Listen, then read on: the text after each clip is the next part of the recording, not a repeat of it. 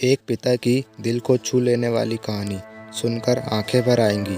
यह स्टोरी शुरू होती है जब मैं घर से बड़बड़ाते हुए गुस्से में निकल आया था और बस स्टैंड की तरफ आगे बढ़ने लगा। मैं मन ही मन बड़बड़ा रहा था, पता नहीं कितने पैसे छुपा के रखे, लेकिन मेरे लिए एक बाइक नहीं ले सकते। अब मैं यहाँ से चला जाऊँगा और तब तक वापस नहीं आऊँगा जब तक मैं खुद के पैसों से बाइक नहीं खरीद लेता। इतना सोच ही रहा था, तभी मेरे पैर में मुझे कुछ चुभने का एहसास हुआ। नीचे देखा तो समझ आया कि जल्दी जल्दी में पापा के जूते पहन आया हूँ। उन जूतों में कील उभरी हुई थी जो मेरे पैर में बार बार घाव किए जा रही थी, लेकिन उस समय गुस्सा अधिक था तो मैं बड़बड़ाते हुए चले गया। एकदम से मुझे याद आया कि मैं पापा का पर्स भी साथ ले आया हूँ। मेरे खुरापती दिमाग में एक ख्याल आया, क्यों ना आज पापा का पर्स चेक किया जाए, जिसे आज तक उन्होंने किसी को हाथ नहीं लगाने दिया था। पता नहीं कौन सा खजाना छुपा है इस पर्स में जो किसी को हाथ नहीं लगाने देते थे। जब मैंने पापा का वह पुराना पर्स खोलकर देखा तो उसमें पैसे नहीं मिले, लेकिन पैसों की जगह पर एक डायरी रखी हुई थी। तब मैंने सोचा, ओह, तो यहाँ खजाना छुपा रखा है। मैं समझ रहा था कि यह पापा ने लिखा होगा कि किससे कितने पैसे लेना है और किसको कितने पैसे दिए हैं, लेकिन मैं गलत था। जब मैंने उस छोटी सी डायरी का पहला पेज खोलकर देखा तो वहाँ पर जो लिखा था वह थोड़ा सीरियस कर देने वाला था। डायरी में जो लिखा था उसे पढ़ने के बाद मेरे चेहरे पर जो एक्सप्रेशन थे वह गायब हो चुके थे, क्योंकि डायरी में वैसा कुछ नहीं था जैसा मैं सोच रहा था। वहाँ पर उन पैसों का हिसाब लिखा हुआ था जो अलग अलग कामों के लिए अलग अलग लोगों से उधार लिए गए थे। उस लिस्ट में कंप्यूटर के नाम पर भी पैसे लिए गए थे। कुछ यूँ लिखा था, 50,000 बेटे के कंप्यूटर के लिए।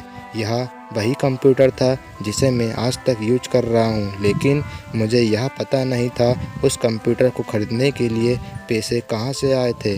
लेकिन आज पता चल रहा था। मुझे आज भी याद है जब मैंने पहली बार कैमरे के लिए जिद की थी, जो मेरे पापा ने मुझे 2 हफ्ते बाद मेरे बर्थडे पर ला कर दिया था, जिसे देखकर मैं बहुत खुश हुआ था।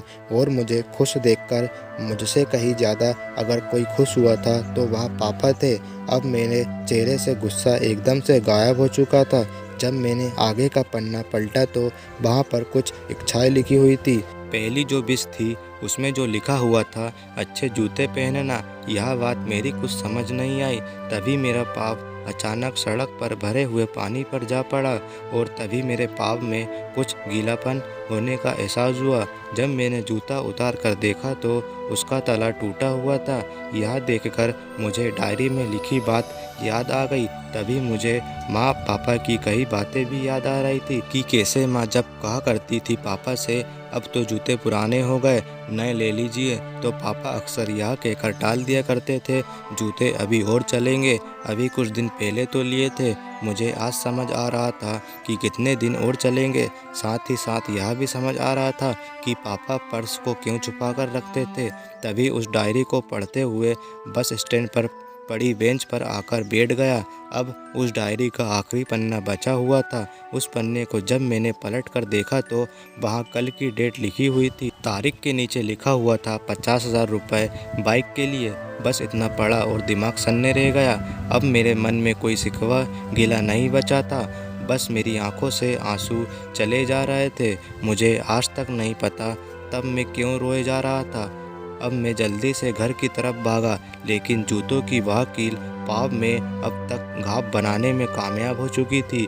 मैंने जूतों को रास्ते पर ही निकाल कर फेंक दिया और भागते लड़खड़ाते हुए घर जा पहुंचा, लेकिन पापा घर पर नहीं थे।